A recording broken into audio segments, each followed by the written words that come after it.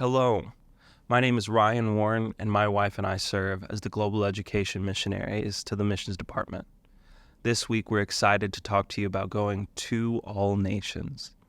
We talk about the Great Commission in this week, specifically in the context of the ends of the earth, or to the world, if you will.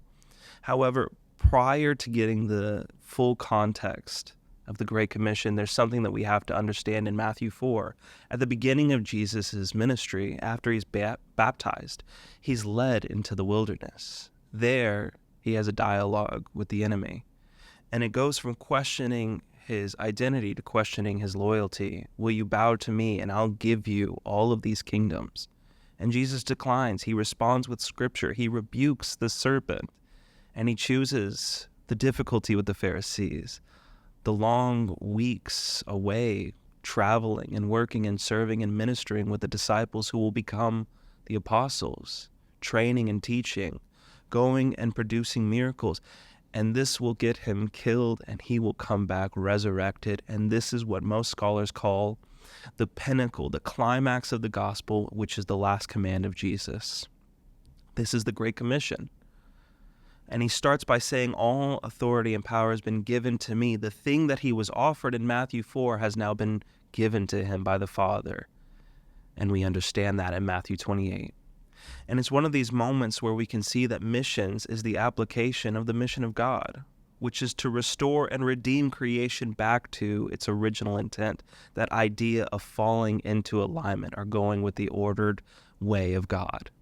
And so in understanding this, instead of talking about specifically Matthew 28, for this introduction, we want to talk to you about Acts 1:8, the last moment that we can see Jesus in his time before he ascends. He's speaking with the disciples once again, and he tells them, you will go and be my witnesses in all of Jerusalem, Judea and Samaria, and to the ends of the earth. Now, while it is the philosophy of the missions department that we do go across the world, it is also our motto and our belief that missions does not start across the world, but across the street and out your front door.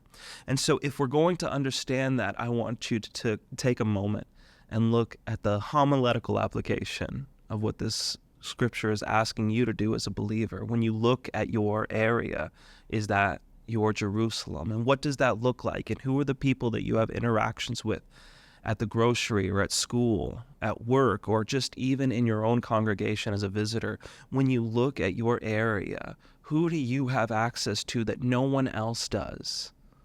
And then you take that thought a little further. Who do I have in a surrounding city or a surrounding mid-city? And you go from that place to see that I can go past state lines and see who I have access to. That's what looks like going into Judea and Samaria. And then finally, you can start developing and cultivating this heart. Well, if I can do it here, if I can do it there, maybe I can go anywhere with this same compassion that's been given to me. And that's what it looks like to go into the ends of the earth. In fact, one of the things that we usually ask that partners with this teaching is that you take time to pray, God, what does it look like to have a heart for the nations? And we've heard testimonies of individuals being so prompted to be missionaries to different parts of the world, different continents, regions that they've never had access to or even understood why they have passion for it. And yet now they're adamantly getting ready or already there, established, doing work and ministry now. And so this is what we're excited about. This is what we want to share with you. And so as you read, as you study, as you go about the lessons this week, I ask that you also pray for a heart for the nations, because there are people that you could also be intended for as well.